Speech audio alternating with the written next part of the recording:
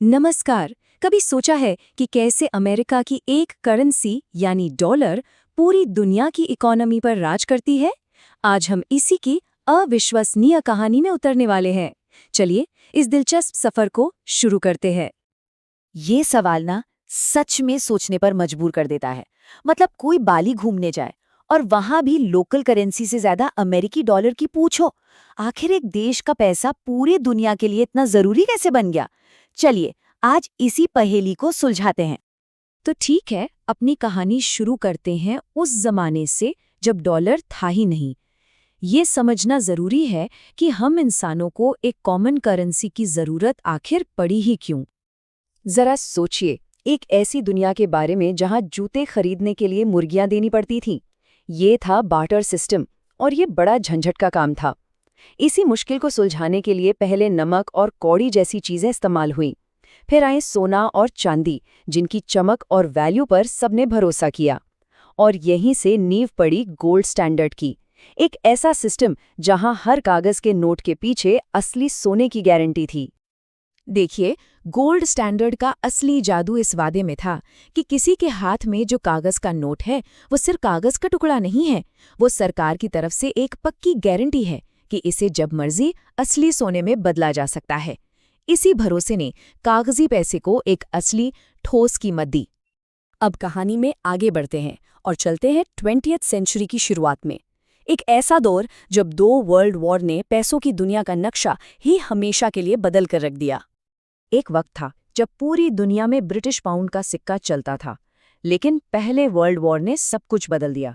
जंग के बेहिसाब खर्चों ने ब्रिटेन को अमेरिका का कर्जदार बना दिया, और देखते ही देखते पाउंड का ताज हिलने लगा। और अब जरा इस आंकड़े पर गौर कीजिए, ये सच में होश उड़ाने वाला है। दूसरे विश्व युद्ध के बाद जब पूरी दुनिया बर्बाद हो चुकी थी, अमेरिका ने सबकी मदद की और बदले में उसे मिला सोना। इतना सोना कि दुनिया का लगभग 2/3 सोना अकेले अमेरिका के खजाने में पहुंच गया। अब यहीं से एक बहुत बड़ी मुश्किल खड़ी हो गई। बाकी देशों को अपनी इकोनॉमी दोबारा खड़ी करनी थी, जिसके लिए उन्हें नोट छापने थे।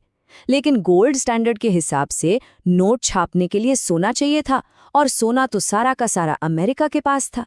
तो अब बाकी दुनिया करे तो करे क्या? पूरी दुनिया जब इस उलझन में फंसी थी, तब अमेरिका एक सॉल्यूशन लेकर सामने आया। साल था 1944, जगह थी ब्रेटन वुड्स। यहाँ 44 देश मिले और एक ऐसा फैसला लिया गया जिसने दुनिया की इकोनॉमी को हमेशा के लिए बदल दिया। यहीं से डॉलर के राज की ऑफिशियल शुरुआत हुई।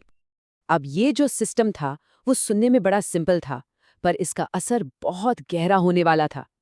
सभी देशों से कहा गया कि उन्हें अब सोने की चिंता करने की कोई जरूरत नहीं है, बस अपनी करेंसी को डॉलर से जोड़ दो। और अमेरिका ने गारंटी दी कि उसका डॉलर सोने से जुड़ा है।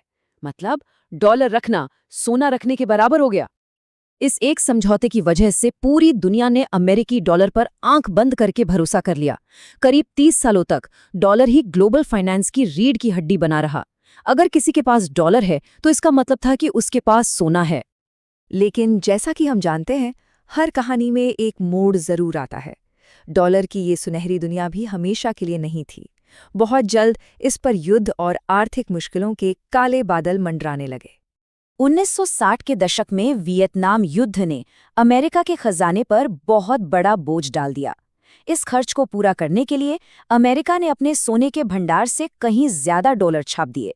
अब धीरे धीरे दुनिया के बाकी देशों को शक होने लगा, क्या अमेरिका के पास वाकई अपने वादे को पूरा करने लायक सोना बचा भी है? जैसे जैसे शक बढ़ता गया, देश अपने डॉलर लेकर अमेरिका से सोना मांगने पहुंचने लगे। अमेरिका का सोना तेजी से खत्म हो रहा था। और फिर आया 15 अगस्त 1971 का वो ऐतिहासिक दिन, जब प्रेसिडेंट निक्सन ने टीवी पर आकर एक ऐसी घोषणा की जिसने पूरी दुनिया को हिलाकर रख दिया। अब से डॉलर के बदले सोना नहीं मिलेगा। निक्सन के इस एक फैसले ने पूरी दुनिया को फिएट करेंसी के एक नए दौर में धकेल दिया। इसका मतलब क्या है? इसका मतलब ये कि अब नोटों के पीछे सोना नहीं, सिर्फ सरकार का भरोसा था। जैसे आज 500 रुपए के नोट की कीमत सोना नहीं है, बल्कि ये भरोसा है कि सरकार और आरबीआई इसकी वैल्यू बनाए रखेंगे। तो सवाल ये उठता है कि जब सोने का साथ छूट गया, तब तो डॉलर को गिर जाना चाहिए था, सही है ना? पर हुआ ठीक इसका उल्टा। डॉलर और भी ज्यादा ताकतवर हो गया। लेकिन कैसे? इसका जवाब जमीन के नीचे दबे काले सोने में छिपा है। बिल्कुल, डॉलर ने सोने का हाथ छोड़ा और तेल का हाथ थाम लिया। अब डॉलर की ताकत सोने के भंडार से नहीं, बल्कि दुनिया की सबसे बड़ी जरूरत यानी एनर्जी से आने वाली थी। ये एक कमाल का रणनीतिक समझौता था। 1970s के दशक में सऊदी अरब को अपने तेल के कुओं की सुरक्षा की जरूरत थी।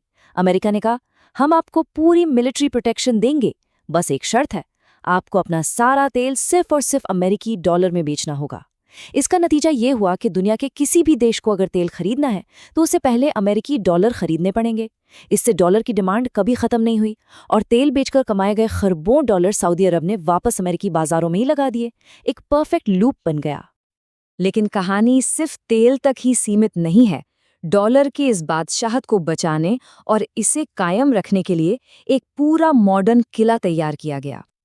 डॉलर की ताकत सिर्फ तेल से नहीं आती, इसके पीछे खड़ी है दुनिया की सबसे ताकतवर सेना। इसके साथ है IMF और वर्ल्ड बैंक जैसे इंस्टीट्यूशंस, और इन सबसे ऊपर है स्विफ्ट यानी ग्लोबल पेमेंट नेटवर्क। हाल ही में हमने देखा कि कैसे रूस को इसी स्विफ्ट सिस्टम से बाहर करके उसकी अर्थव्यवस्था पर सीधा हमला किया गया। और शायद सबसे बड़ी वजह है नेटवर्क इफेक्ट। इसे ऐसे समझते हैं, कोई डॉलर क्यों इस्तेमाल करता है? क्योंकि बाकी सब भी करते हैं। अगर भारत को ब्राजील से कुछ खरीदना है तो वो डील डॉलर में करते हैं। क्यों? क्योंकि दोनों देश जानते हैं कि उस डॉलर का इस्तेमाल वो आगे दुनिया के किसी भी देश के साथ कर सकते हैं। तो क्या डॉलर का ये राज हमेशा ऐसे ही चलता रहेगा? क्या कोई भी इस सिंहासन को चुनौती नहीं दे सकता? चलिए देखते हैं कि इतिहास क्या कहता है। इतिहास हमें यही बताता है कि डॉलर के इस सिस्टम को चुनौती देना बहुत खतरनाक हो सकता है। जब भी इराक के सद्दाम हुसैन या लीबिया के गद्दाफी जैसे नेताओं ने डॉलर को बाईपास करके तेल बेचने की कोशिश की तो उन्हें बहुत गंभीर नतीजे भुगतने पड़े। इन घटनाओं ने दुनिया को एक साफ संदेश दिया, डॉलर सिस्टम से छेड़छाड़ ठीक नहीं है। तो हमने देखा कि डॉलर का ये किला सिर्फ ईंटों से नहीं बना, बल्कि ये इतिहास, ताकत, रणनीति और सबसे बढ़कर भरोसे के एक जटिल जाल पर खड़ा है। इसे गिराना बिल्कुल आसान नहीं है। पर सवाल आज भी वही है, अगर डॉलर नहीं तो फिर क्या? क्या चीन का युआन या फिर कोई नई डिजिटल करेंसी इसकी जगह ले पाएगी? अगर डॉलर का राज खत्म होता है तो दुनिया की अर्थव्यवस्था का भविष्य कैसा होगा? ये एक ऐसा सवाल है जिसका जवाब हमें आने वाला वक्त ही देगा।